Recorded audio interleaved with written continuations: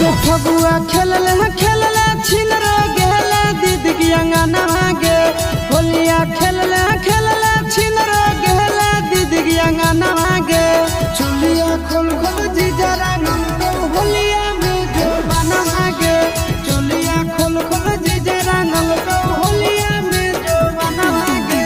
छोटे छोटे रहो छिनरो बढ़लो कैसे समाना गे छोटे छोटे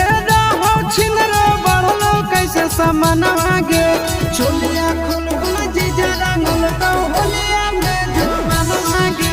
चोलिया खोल खोल जीजा रंगल तो होलिया में जो बना आगे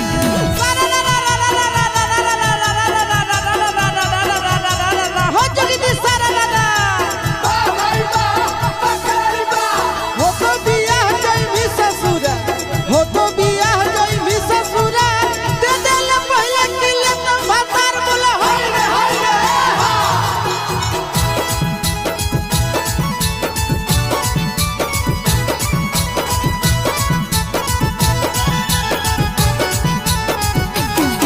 रंगाइए गेलौगे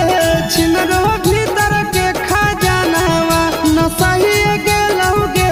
छिनरो सैया के समानावा रंगाइए गेलौगे छिनरो भीतर के खजानावा नसाइए गेलौगे छिनरो सैया के समानावा मोटे मोटे बैगनवा छिनरो खैले संगे बिहाना मोटे मोटे बैगना छिनरो खैले संगे बिहाना गे चोलिया खोल खोल जीजा रंगल तो होलिया में जो बना गे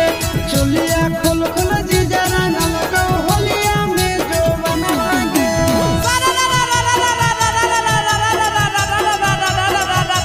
हो जोगी दी सारा दादा पातर होली कैसे हो गेली मोर पातर होली कैसे हो गेली मोर लगा हो जी जैसे ले ले ही डोज बोला हाय रे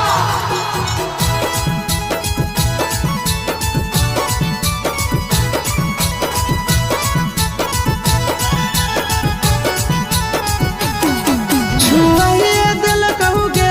छिनरो